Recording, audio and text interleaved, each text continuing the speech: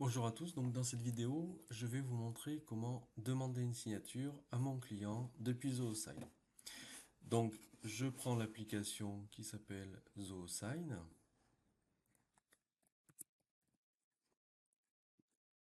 Quand je suis dans ZooSign, j'ai deux méthodes. Soit je demande à un intervenant externe de signer et donc je fais envoyer pour signature, soit je peux faire signer moi-même, ce qui me permet de signer des documents en interne par exemple, ou notamment des certificats de présence pour Calliope par exemple. Donc je fais envoyer pour signature, je fais ajouter mon document, je vais chercher mon document ici. L'exemple va porter sur un devis. Donc je vois mon devis ici. Je vais ici remplir le mail des personnes qui doivent signer.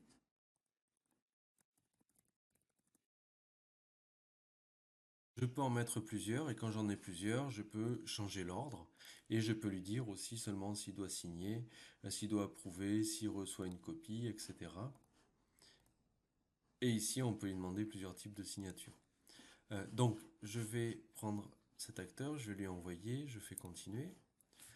Sur le PDF que j'ai à l'écran, en fait, je vais pouvoir directement positionner tout un tas de champs.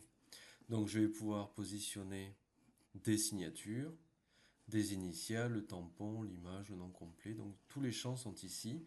Et si c'est des champs comme la date, par exemple, on peut directement ajouter un champ date. Ou si vous voulez qu'il écrive lu et approuvé, vous allez juste glisser, déposer un champ texte et il écrira lu et approuvé dedans. Donc par exemple, moi je veux que tout soit paraphé. Donc je vais mettre les initiales ici, par exemple.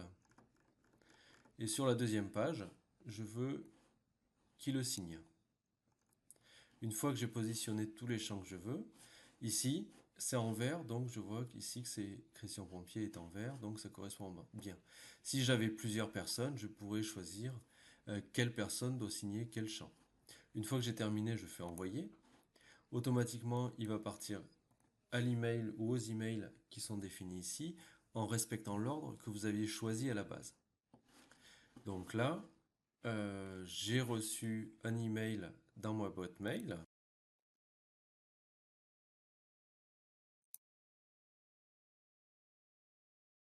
Je valide l'affichage. Alors ça, c'est côté utilisateur qui reçoit l'email pour signer.